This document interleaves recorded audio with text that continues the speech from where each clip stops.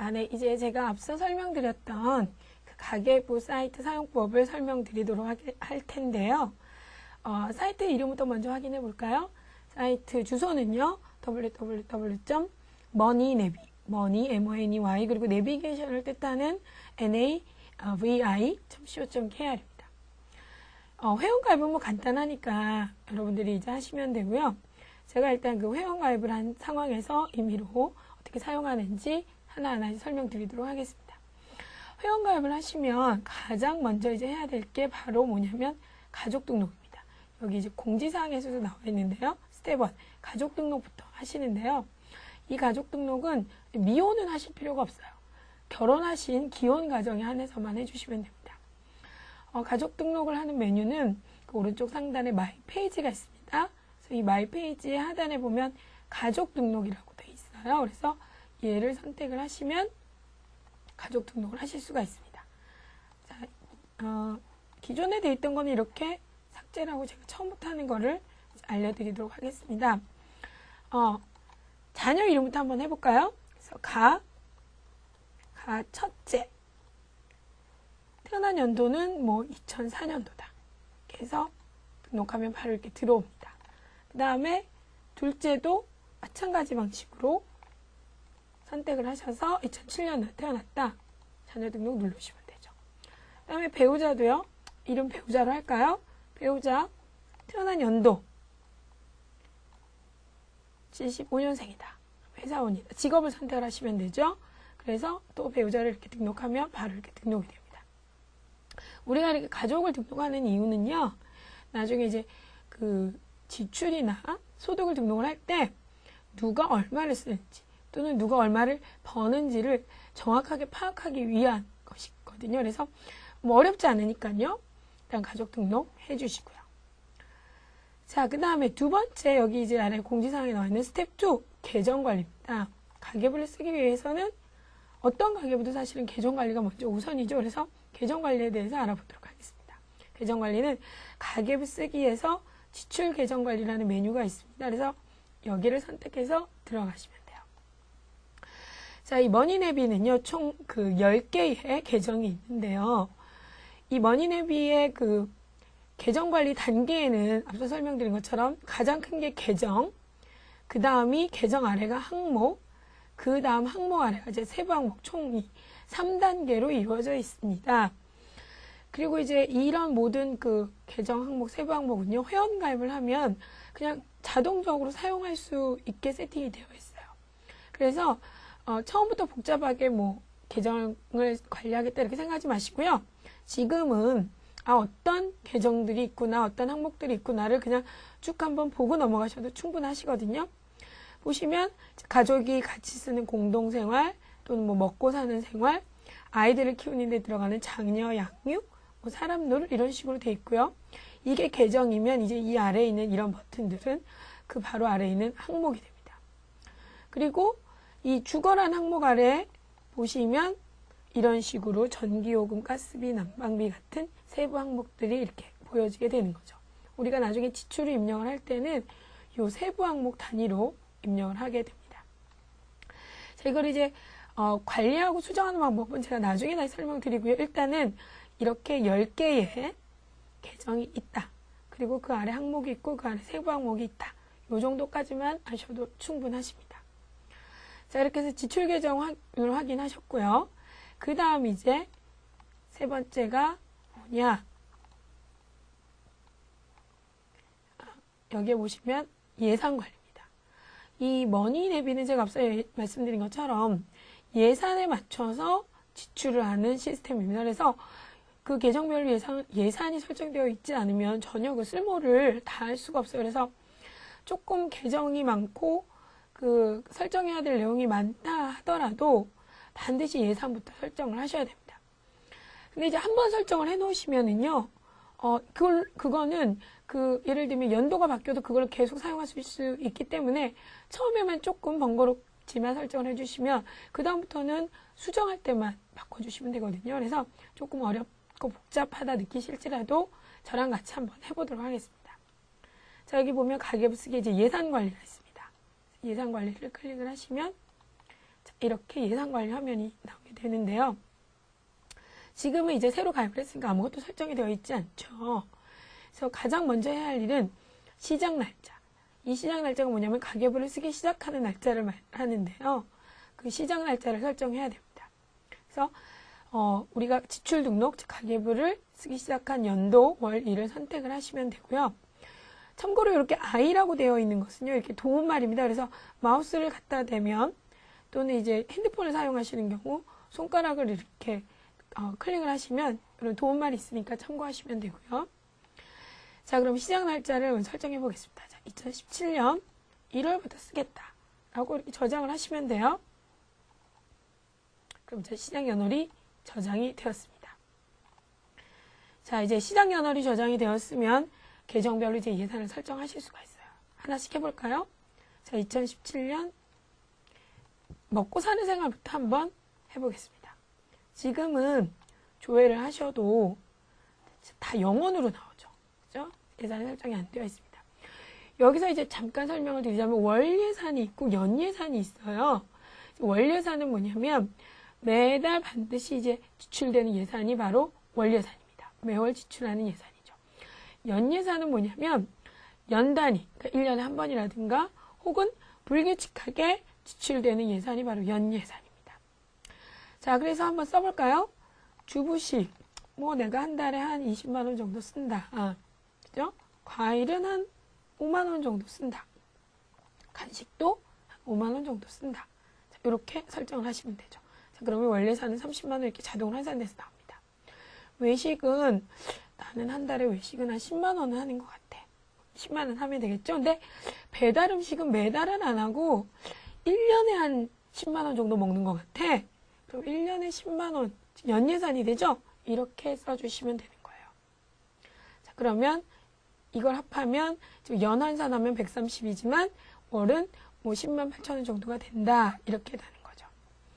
생활용품도 여러분들이 이제 뭐 하실 수가 있습니다. 예를 들면 뭐 욕실 빨래 이런 거는 뭐 월 10,000원 정도 쓰는 것 같다. 침구 커튼 가구. 근데 이런 거는 많이 안 쓰잖아요. 그죠?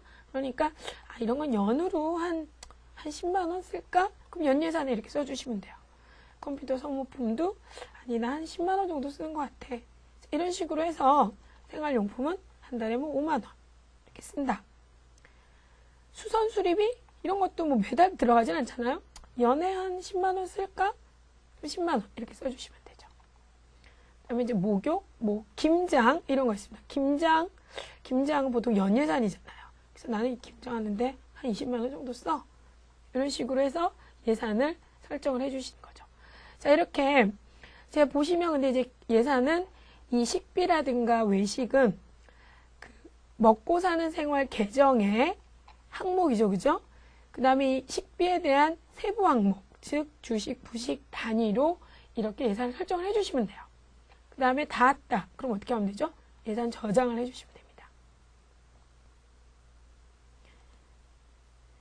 자, 그러면 먹고 사는 생활이 이렇게 저장이 되는 겁니다. 하나 더 해볼까요? 자, 2017년도 자녀교육 해보겠습니다. 자녀교육에 조회를 하면 자, 이렇게 아래에 쭉 내용이 나오죠. 보시면 유아 양육, 뭐 유치원, 어린이집 이렇게 있습니다. 그래서 예를 들면 내가 그래서 이렇게 해서 이제 예산을 설정을 해주시면 되는데요. 나는 뭐 초중고 학생이니까 수업료 체험학습 소풍은 1년에 뭐 한 10만 원 드는 것 같더라.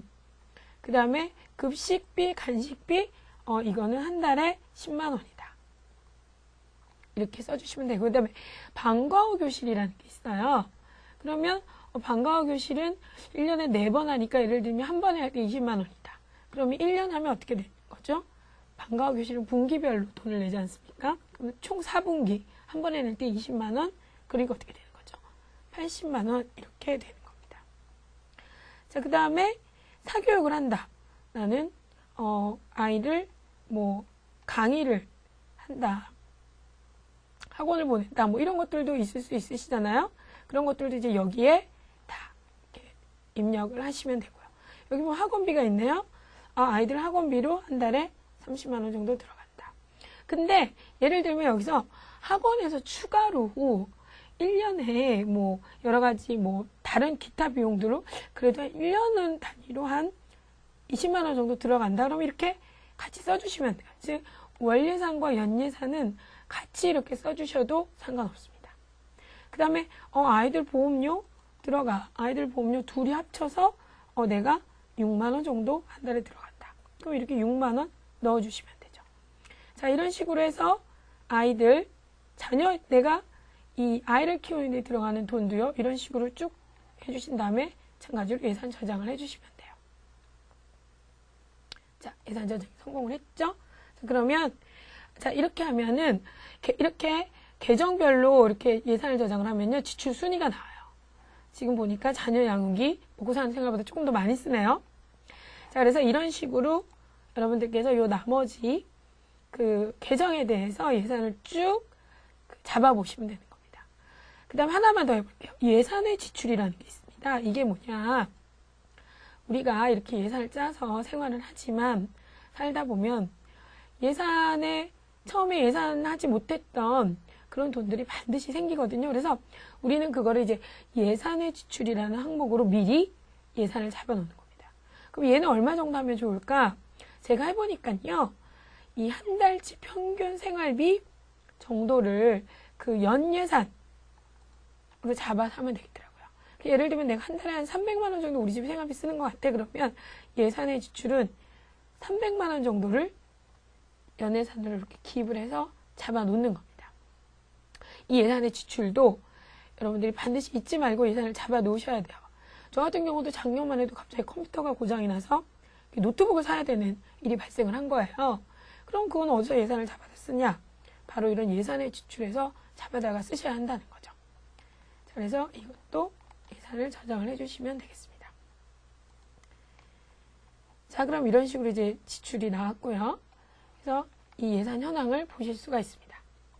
자, 그럼 이렇게 예산을 쭉 이제 여러분들 나머지를 한번 다 잡아보시고요. 이렇게 예산을 다 잡아주시면 이제 본격적으로 지출을 쓰실 수가 있는 겁니다. 자, 그러면 지출 관리 가보도록 하겠습니다. 보시면 이게 이번 달에 남아있는 예산 잔액들이 이렇게 보여집니다. 아까 이제 저희가 예산을 잡았으니까, 그죠? 거기에 맞춰서 이렇게 예산 잔액들이 보여집니다. 자, 예산을 쓰는 데 있어서 여기 먼저 보시면 자주 쓰는 지출이라는 게 있어요. 이게 뭐냐면 여러분들이 왜 식비라든가 그런 거는 자주 쓰잖아요. 그럼 그걸 한번 이렇게 딱 등록을 해놓으면 굉장히 쓰기가 편해져요. 한번 볼게요. 여기 자주 쓰는 지출 등록해 보겠습니다. 자, 자주 쓰는 지출은 먼저 이름을 정해야 돼요. 내가 식비라는 자주 쓰는 지출을 쓰겠다. 중복 확인을 하면 사용하실 수 있죠. 자, 식비는 어떤 계정일까요? 먹고 사는 생활이겠죠. 그 다음에 항목은 식비. 식비 중에서도 뭐가 많을까요? 주부식이 아무래도 많겠죠. 자, 그리고 이 지출을 할 때는 저희가 아까 가족 등록을 했잖아요. 그래서 쓴 사람도 우리가 등록을 할 수가 있어요. 보시면 아까 등록한 가게 그 가족들이 다 나오죠. 근데 일단 여기 식비는 다 같이 쓰는 거니까 분류 안 함으로 하고요. 그 다음에 금액은 뭐 늘 바뀌니까 금액은 쓰지 말고 식비 자, 이런 식으로 하겠습니다. 그 다음에 이 고정지출 자동 등록이라는 게 있어요. 이게 뭔 얘기냐면 우리가 뭐 전기요금이라든가 애들 학원비라든가 이런 건 어떻습니까? 매월 한 번씩 반드시 쓰는 지출이잖아요. 근데 그거를 매달 계속 쓰려니까 불편하시잖아요. 그래서 이 고정지출 자동 등록은 여기에 등록을 해놓으면 한 달에 한 번 여기 보시면 매월 1일 이제 공한시에 자동으로 시스템에서 자동으로 지출이 등록이 되어버리는 겁니다. 그래서 이걸 사용하시면 여러분들이 매달 한 번씩 쓰는 지출들은 더 이상 지출 등록을 하지 않으셔도 자동으로 등록이 되기 때문에 굉장히 편리하게 사용하실 수가 있죠. 근데 식비는 뭐 자동 등록하지 않은 거니까 사용 안 함에 맞춰주시면 되고요. 자, 여기서 등록을 하면 됩니다. 자, 그러면 여기 식비라는 게 생겼죠. 자, 그럼 하나 더 해볼게요. 등록. 이제 자동 등록하는 거 해볼게요. 학원비. 그죠? 학원비를 한번 해보겠습니다. 중복 확인하시면 학원비를 사용하실 수가 있죠. 자, 학원비는 뭐겠어요? 자녀 양육 계정이겠죠? 항목, 사교육, 학습 장난감, 문화센터, 학원비. 근데 이건 누가 쓰느냐? 자, 첫째가 쓰는 겁니다. 그럼 이렇게 쓸 사람까지 쓰고요. 보면 한 달에 한 15만 원 정도 들어갑니다. 그러면 메모도 쓸 수 있죠. 첫째 학원비. 그 다음에 이거는 이제 자동 등록을 쓸 거예요. 그러면 고정지출 자동 등록 사용함. 그럼 언제 며칠로 지출을 등록할 거냐? 이거는 10일이다. 이런 식으로 하면 됩니다. 그러면 이거는 이번 달부터는 안 되고요. 다음 달부터는 이제 지출이 자동으로 매월 1일 등록이 되는 겁니다. 자, 이렇게 해서 등록을 해주시면 됩니다. 자, 그럼 이렇게 학원비 식비가 생겼죠. 자, 그럼 이걸 어떻게 하냐? 그냥 이 식비 버튼을 눌러주시면 돼요. 그럼 어때요? 보세요. 계정 항목, 세부 항목에 자동으로 들어갔죠.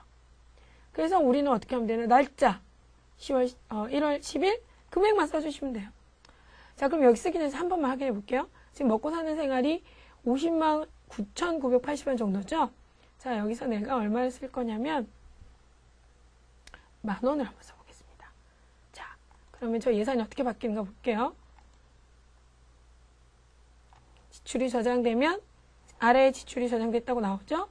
그럼 보시면 어떻습니까? 예산이 지금 10,000원이 줄어든 예산이라고. 그러니까 이번 달에 내가 썼기 때문에 먹고 사는 생활을 계정별 예산 잔액이 이렇게 줄어든 거죠.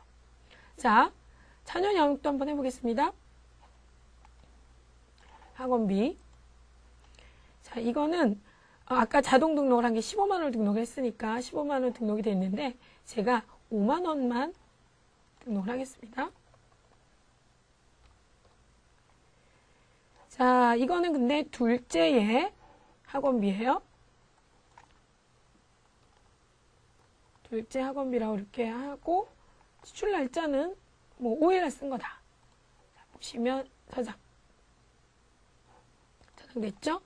자, 5만 원의 이 지출이 등록되면서 보시면 아까 자녀 양육에서 이렇게 5만 원이 줄어든 거를 보실 수가 있습니다. 자, 그 다음에 예산의 지출도 한번 해볼게요. 제가 갑자기 노트북을 사게 됐어요. 얼마짜리냐? 30만 원짜리 노트북을 사게 됐습니다. 근데 이거는 어떻게 할까요? 먹고 사는 생활에 일단 항목은 생활용품 정도가 되겠죠? 컴퓨터나 뭐 컴퓨터 소모품. 그 다음에 쓴 사람은 분류 안 할 수도 있어요. 그 다음에 생활용품에서도 여러분 이게 분류 안 함으로 하셔도 저장하실 수 있습니다. 내가 꼭 분류하겠다 하면은 분류하시면 되고, 그러니까 계정과 항목은 필수로 입력하셔야 되지만 세부 항목은 분류 안 함으로 하셔도 됩니다. 쓴 사람 이거는 남편이 산 거예요. 자, 이런 식으로 해서 하는데, 야, 이거는 내가 생각하지도 못한 지출이야. 그럼 예산 외의 지출이잖아요. 그럼 여기서 예산 구분해서 예산 외를 선택하시면 돼요. 그 다음에 노트북이라고 선택하시고 저장을 하시면 자, 저장이 됐죠. 근데 보시면 어떻습니까? 먹고 사는 생활 예산이 바뀐 게 아니라 어떻게 됐죠? 예산의 지출에 그 예산이 줄었습니다. 아까 25만 원이었는데 30만 원을 썼으니까 어떻게 됐어요? 마이너스 5만 원이 된 거죠. 그래서 예산의 지출은 지금 이렇게 표시가 진하게 된 겁니다. 이게 마이너스가 되면 이런 식으로 이제 표시가 달라지는 거죠. 그래서 이런 식으로 이제 자동 지출 등록을 하시고 또는 그냥 쓰셔도 됩니다. 예를 들면 금액 5만 원 하시고요. 그 다음에 사람 노릇에 부모님한테 내가 선물을 했다는 거예요. 선물을 5만 원짜리를 했습니다. 이런 식으로 해도 되고요. 아니면 그냥 분류 안 하겠다. 그래서 그냥 분류 안 함으로 하셔도 돼요. 자, 이렇게 해서 저장을 하시면 사람 노릇은 아까 우리가 예산을 안 잡았잖아요. 그러니까 이렇게 마이너스 5만 원이 잡히는 겁니다. 어때요? 사용하기 별로 어렵지 않으시죠? 지출을 이런 식으로 하시면 되고요. 제가 근데 아까 이렇게 지출을 쓰면 이 예산이 바뀌는데 이 예산이 바뀌는 게 이번 달뿐만 아니라 이 다음 달의 예산도 같이 줄어든다. 그런 말씀 드렸잖아요. 그거에 대해서 그게 어떻게 작동하는지 잠깐 보여드리도록 하겠습니다. 이게 이제 올해부터 시작하는 거라서 그 예제를 보여드리기 어려워서 작년 거를 가지고 제가 한번 보여드릴게요. 자, 이제 이 계정 같은 경우에는 이제 작년에 했던 기록이 있거든요. 그래서 그거를 가지고 여러분께 설명을 드릴게요. 당월이라 하면 이제 2017년 1월입니다. 그래서 이 계정에 2달 전 예산을 보시면 자녀 양육에 16만 5천 원입니다. 자, 이 숫자를 기억을 해주시고요. 한 달 전이면 2016년 12월이 되죠. 자, 이때는 얼마냐면 23만 원입니다. 자, 그럼 이 숫자가 어떻게 바뀌는지 한번 볼까요? 자, 유치원 비용으로 16년 11월 10일에 이제 10만 원을 썼다라고 기록을 해보겠습니다. 자, 그럼 우리가 이제 여기서 보면은 이 기록이 이제 바뀌어야겠죠. 어떻게 바뀌는지 보겠습니다. 저장 수정됐습니다. 자, 당연히 2달 전도 6만 5천 원으로 바뀌었죠. 아까 16만 5천 원이었잖아요. 근데 이제 10만 원 썼으니까 당연히 이제 11월에는 6만 5천 원이 됐지만 아까 한 달 전, 즉 12월은 어떻게 됐을까요? 23만 원이었잖아요. 예산이. 자, 근데 이게 어떻게 변했느냐? 13만 원으로 바뀌어 있습니다. 즉 뭐냐면 이번 달, 즉 11월 달에 쓴 쓴 지출이 예산이 그 다음 달 12월 달까지도 영향을 끼쳐서 바뀐다는 거죠. 제가 아까 설명드린 것처럼 앞서 이번 달에 많이 쓰면 그 다음 달 예산이 줄어들고 이번 달에 적겠으면 그 다음 달 예산은 늘어난다는 게 이제 이런 겁니다. 그러니까 다른 가계부들과 달리 이번 달에 쓴 예산이 이번 달에만 영향을 끼치는 게 아니라 바로 그 다음 달까지 계속 영향을 끼치는 구조로 되어 있다라는 거죠. 그래서 여러분들은 그래서 이 지출을 하실 때 지금 보이는 이 화면 상단에 보이는 계정별 예산 잔액 이것만 보고 지출 판단하시는 거예요. 그래서 이번 달에 남은 예산이 얼마구나. 그럼 내가 이 돈을 써야 되나 말아야 되나? 남은 예산이 있으면 쓰시면 되죠. 근데 남은 예산이 없다 라고 하시면 당연히 그 지출은 하지 말아야 되는 것이 맞는 거겠죠. 자, 근데 이렇게 머니내비는 지출에 따라서 예산이 계속 그거에 맞춰서 살아 움직이기 때문에 절대적으로 예산만 신뢰하고 지출하게 되시면 충동구매라든가, 그죠?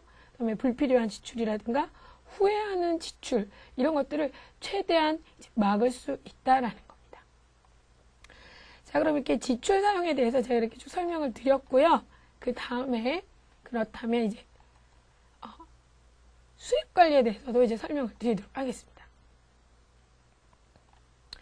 자, 수입 또한 이제 여러분들이 자주 쓰는 수입 이런 식으로 이제 등록을 하실 수가 있어요.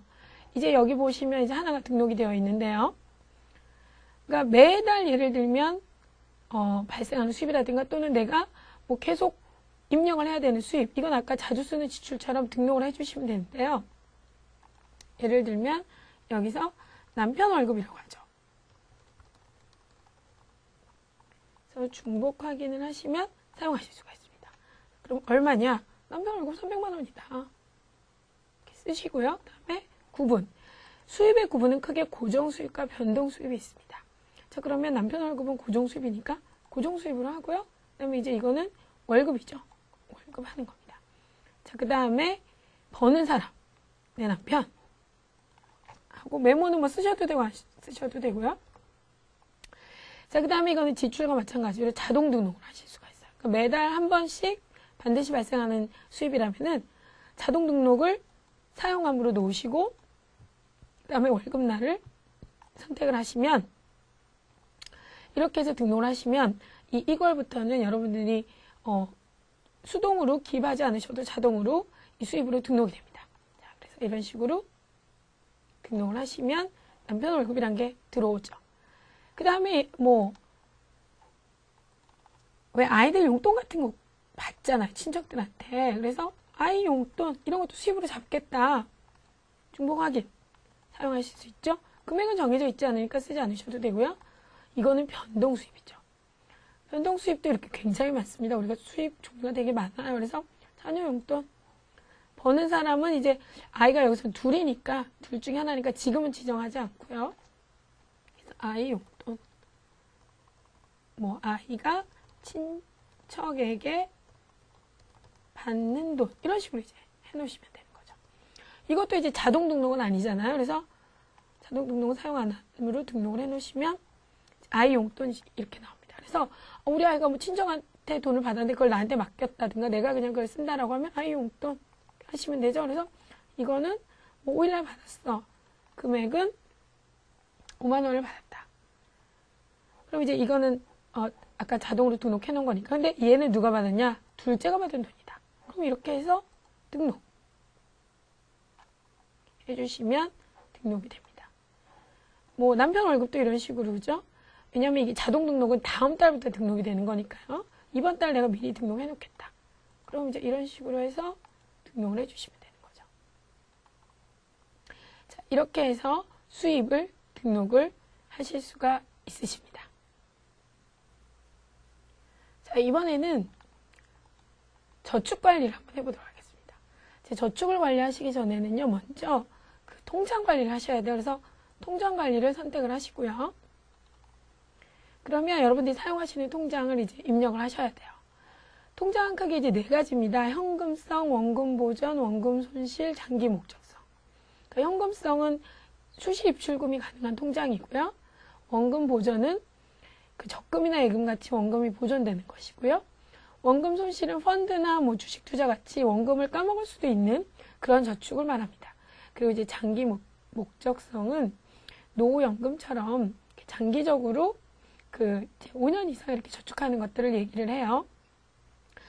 자, 그러면 나는 이제 통장을 하나 등록을 하겠다는 거죠. 원금 보전 뭐냐? 적금이죠.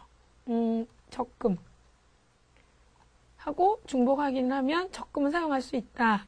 이제 만기일은 뭐 쓰셔도 되고 안 쓰셔도 되고요. 그 다음에 통장 종류는 적금으로 하겠다. 선택을 하시면 되고요. 금융기관은 국민은행이다. 메모는 뭐 1년 적금. 자, 이런 식으로 해보겠습니다. 저장을 하시면 통장이 저장이 아래처럼 보여지죠. 그 다음에 수시 입출금도 하나 해볼까요? 그러니까 뭐 자동이체 같은 것들이 이루어지는 통장이니까요. 아니면 자동이체로 하죠. 자동이체 통장. 자, 이름은 중복 확인 반드시 해주시고요. 통장 종류는 현금성인 경우는 통장 종류가 이렇게 틀려집니다. 이런 식으로. 그래서 자유입출금으로 선택을 하고 얘도 국민은행이다. 그 다음에 이거는 자동이체 하는 통장 이런 식으로 메모해 주시고 저장해 주시면 되겠죠. 그 다음에 나는 연금도 하나 있어. 그럼 이제 장기 목적성을 한번 등록을 해볼게요. 통장 이름에서 노후연금 하고 역시 중복 확인을 하면 사용할 수 있죠. 통장 종류 이렇게 보세요. 이게 바뀌면 통장 구분이 바뀌면 이 통장 종류가 틀려지는 거거든요. 그래서 연금저축이다.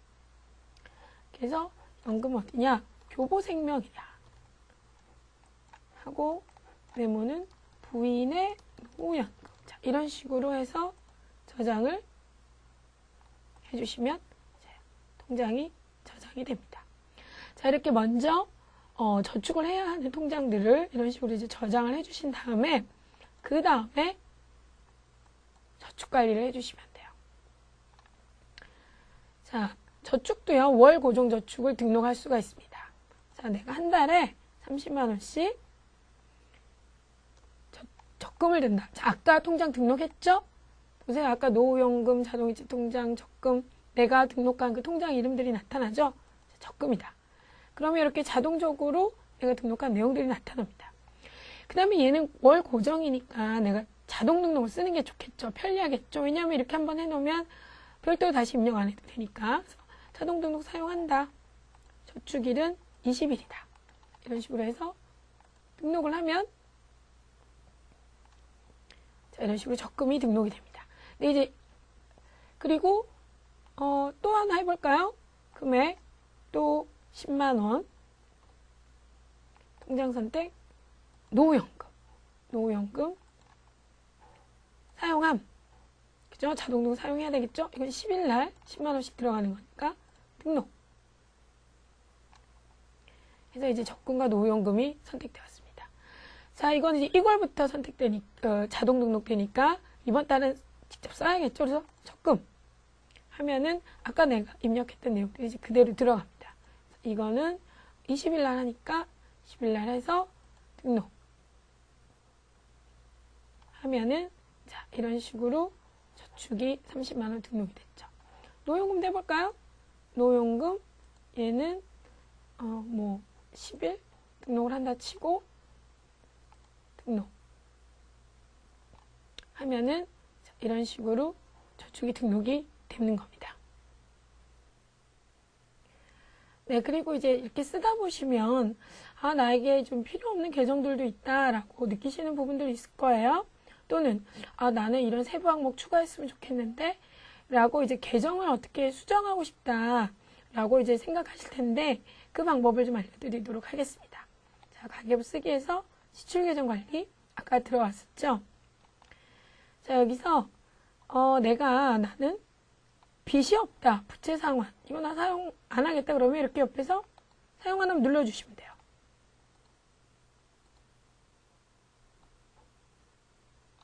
그러면 부채 사용은 이렇게 어떻게 됩니까? 이게 누를 수가 없죠. 그죠? 항목을 누를 수 없는 상태로 이렇게 사용 안 하는 상태로 세팅이 되는 겁니다. 다시 쓰겠다 그러면 이렇게 사용함으로 다시 눌러주시면 돼요. 자, 그러면 다시 사용할 수 있게 되죠. 자, 계정은 이런 식으로 관리하시면 되고요. 자, 계정 아래 다음 항목, 계정 다음 단계 항목이죠. 주거 항목 보겠습니다. 자, 주거 항목 보니까 이제 이런 식으로 쭉 있어요. 근데 나는 월세 안 쓰고 나는 뭐 관리비도 아파트 안 사니까 필요 없다 라고 하면 이렇게 선택을 해제해 주시면 돼요. 그리고 나서 선택을 저장을 해 주시면 됩니다. 볼까요? 자, 관리비와 월세가 이제 체크가 해제되어 있죠. 그 다음에 뭐 예를 들어서 공공비용이 있다. 그러면 나는 근데 여기에 고용보험도 넣는다 라는 분도 있을 수 있잖아요. 그럼 어떻게 할까요? 추가를 해주시면 돼요. 근데 그 추가를 하기 전에 이게 고정지출인지 아닌지부터 이제 선택을 하셔야 되니까 뭐 불규칙하게 또는 불시적으로 나타나는 지출이라면 그냥 변동인데 꼬박꼬박 나가는 지출이다, 반드시 쓰는 지출이다, 꼭 해야만 하는 지출이다라면 고정으로 잡아주시면 돼요. 자, 그래서 고용보험은 내가 반드시 해야만 하는 지출이니까 고정이죠. 그 다음에 여기서 고용보험 이렇게 쓰시고 추가 눌러주면 이제 고용보험이 추가가 된 겁니다. 이렇게 해서 선택 저장 해주시면 되고, 볼까요? 고용보험이 이제 제대로 선택이 되었죠. 자, 그 다음에 나는 렌탈 이런 거 안 써. 이 항목이 필요 없어 라고 생각하실 수 있잖아요. 그러면 렌탈을 누르세요.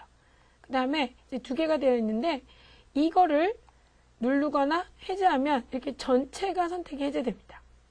그래서 얘를 이렇게 누르는 걸 편리하게 하실 수가 있어요.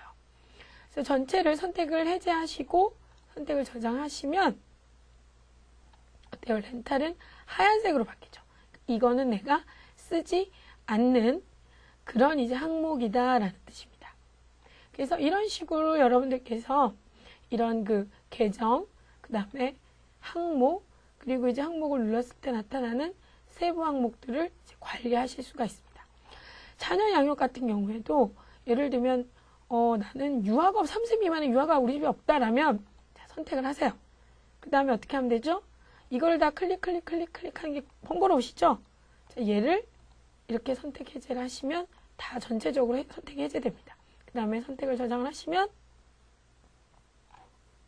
자, 유아 양육은 하얀색으로 보이게 되죠? 그래서 이건 더 이상 선택하지 않는 게 됩니다. 만약에 여기서 뭐 이것만 하나만 이렇게 선택을 하신 다음에 선택 저장을 하시면 다시 이제 복귀가 되는 거를 보실 수가 있습니다. 그렇게 해서 사용을 하시다가 본인이 이제 사용하지 않는 계정이나 세부 항목들을 관리를 하실 수가 있고요. 또 나에게만 필요한 그런 여러 가지 세부 항목들도 여러분들이 추가하실 수가 있으십니다. 자, 그래서 이런 식으로요, 이 머니내비를 사용을 해주시고요. 크게 이제 오늘 여러 가지 이제 그 환경을 설정하는 방법과 지출, 저축, 수입을 어떻게 등록하는지를 말씀을 드렸고요. 자세한 뭐 안내 사항 같은 경우에 있어서는 화면에 들어가시면 이렇게 물음표가 있어요. 그래서 이거를 클릭을 하면 이런 식으로 도움말도 보실 수가 있고요. 그 다음에 고객센터에 보시면 뭐 헬프 시작, 헬프, FAQ, 제안, 오류 이런 것들이 쭉 있으니까 이런 메뉴들을 확인하셔서 의문점을 해소하셔도 됩니다. 이 머니내비 그래서 이렇게 여러분들이 세팅을 하고 쓰시게 되면 돈 쓰기 전에 이제 머니내비에게만 물어보시면 되는 거죠. 쭉 알려가셔서 나 예산 얼마 남았지? 이거를 확인하면서 여러분들의 지출에 대한 의사결정들을 쭉 해보시면 되실 것 같습니다.